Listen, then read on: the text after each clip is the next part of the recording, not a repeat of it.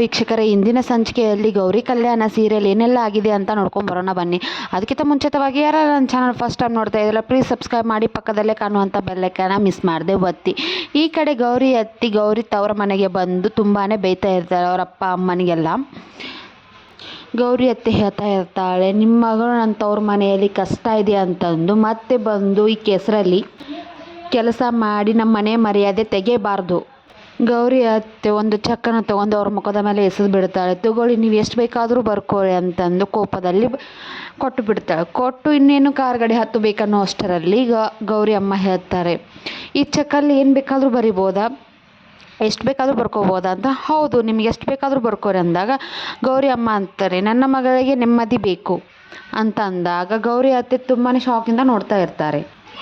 ನನ್ನ ಮಗಳಿಗೆ ಮರ್ಯಾದೆ ಸಿಗಲಿ ಅಂತ ನಾನು ಬರಿತೀನಿ ಅಂತ ಗೌರಿ ಅಮ್ಮ ಹೇಳ್ತಾರೆ. ಹಿಂದಿನ ಸಂಚಿಕೆಯಲ್ಲಿ ಮುಕ್ತಾಯಗೊಂಡಿದೆ. ವಿಡಿಯೋ ಇಷ್ಟ ಆದರೆ ಮಿಸ್ ಮಾಡದೆ ಸಬ್ಸ್ಕ್ರೈಬ್ ಮಾಡಿ, ಪಕ್ಕದಲ್ಲಿ ಕಾಣುವಂಥ ಬೆಲ್ಲೈಕನ್ನ ಒತ್ತಿ. ಹಾಗೂ ನನ್ನ ವಿಡಿಯೋ ಇಷ್ಟ ಆದರೆ ಪ್ಲೀಸ್ ಒಂದು ಲೈಕ್ ಮಾಡಿ. Thank you for next video.